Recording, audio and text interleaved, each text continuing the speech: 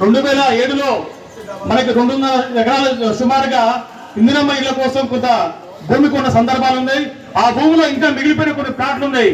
ఈ లిస్ట్ లో ముందు కూడా వారికి ఎవరైతే అర్హత కలిగిన వాళ్ళకి ఇక్కడ మా విలేజ్ కాబట్టి ఇక్కడ మాకు పట్టింపులు లేవు, భేదాభిప్రాయాలు మీరు ఎవరికి ఇచ్చినా మాకు అభ్యంతరం లేదు, మేము వాటికి వ్యతిరేకించాం. కానీ మొట్టమొదటిగా అర్హత కలిగిన ప్రతి ఒక్కరికి ఇందిరమ్మ లేని స్థలం లేని వాడికి స్థలం కేటాయించి సర్వే మధ్య ఎంఆర్ఓ గారు కూడా నేను లెటర్ పెట్టేసా, ఆయన కూడా ఒక ఎంఆర్ఓ ఇచ్చేసా. దాంట్లో ఇంకా కొన్ని భూములు ఉన్నాయి, ప్లాట్లుగా ఉన్నాయి. మళ్ళీ ప్రభుత్వం కొని ఇవ్వాలని చెప్పన్నా కానీ ప్రభుత్వానికి కూడా కొంత భారమే. ఆ విధంగా మొన్న ఏదైతే కొన్ని ప్లాట్లు మిగిలిపోయిన ప్లాట్ ఉందో ఆ ప్లాట్లను కూడా సర్వే చేపించేసి పారదర్శకంగా గుర్తించేసి ఆ ప్లాట్లలో ఎవరైతే మనకి స్థలం లేదో ముందుగా స్థలం లేని వాళ్ళకి గుర్తించి వాళ్ళకి ఇల్లు కేటాయించాలని చెప్పని ఈ గ్రామ సభ ద్వారా నేను కోరుకుంటున్నా.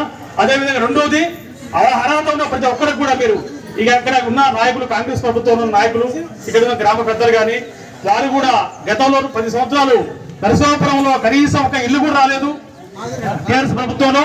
కానీ మనకి కేటాయించే దాంట్లో మనకి 3,000 నియోజకవర్గానికి వచ్చాయి కాబట్టి మన గ్రామంలో ఎక్కువ మొత్తంలో కూడా చేకూర్చేసి ఎక్కువ మంది లబ్ధిదారులకి చేకూర్చే విధంగా ఇక్కడున్న కాంగ్రెస్ పార్టీ నాయకులు కూడా వారు ప్రయత్నం చేయాలని చెప్పేసి కోరుకుంటున్నా.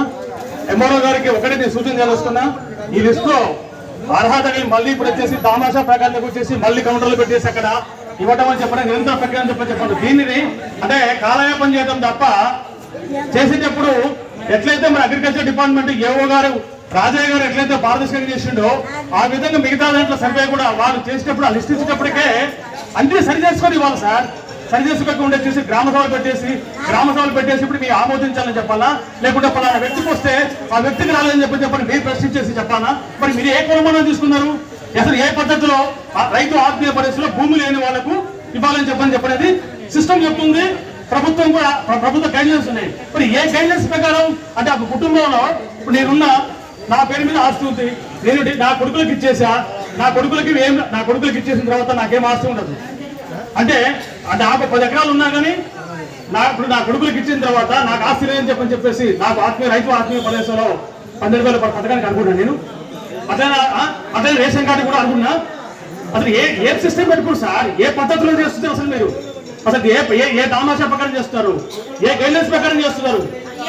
ఇక్కడ మీకు అనర్గులకి గుర్తు పెట్టుకున్నారు. అసలు ఇక్కడ అర్హత కలిగిన వాళ్ళు అందరూ అన్యాయం కావాలా? అసలు ఏ పద్ధతి వచ్చేసి గ్రామ సభ పెడుతున్నారు ఇక్కడ అర్థం కావట్లేదు. దయచేసి ఇక్కడ పెట్టిన లిస్టు మొత్తం కూడా మళ్ళా పునరాలోచించుకొని పునఃపరిశీలన చేసుకొచ్చిన తర్వాత సక్రమైన లిస్టు వచ్చేసి ఇక్కడ పెట్టి గ్రామ సభ ద్వారా ఆమోదించిన తర్వాత మాత్రమే మీరు లిస్టు పైన తప్ప ఎంత లోపపుష్టాలు ఒక్క అగ్రికల్చర్ డిపార్ట్మెంట్ తప్ప మిగతా కూడా మొత్తం కూడా 100కి 100% తప్పులున్నాయి. ఈ తప్పులను మొత్తం కూడా సరి చేసుకొచ్చేసిన తర్వాతనే మీరు గ్రామ సభలో మళ్ళీ ఒకసారి పెట్టేసి మీరు దాన్ని ఓపెన్ చేసిన తర్వాతనే అందరి అభిప్రాయం మేరకే మీరు చేయాలి తప్ప దీన్ని మాత్రం అయితే ఎట్టి పరిస్థితుల్లో ఇది ఆమోదయోగ్యం కాదు. మీరు ఒకసారి పునఃపరిశీలన చేసుకోవాలి. ఈ అవకాశం ఇచ్చిన పెద్దందరికీ అధికారులకి నా నమస్కారాలు.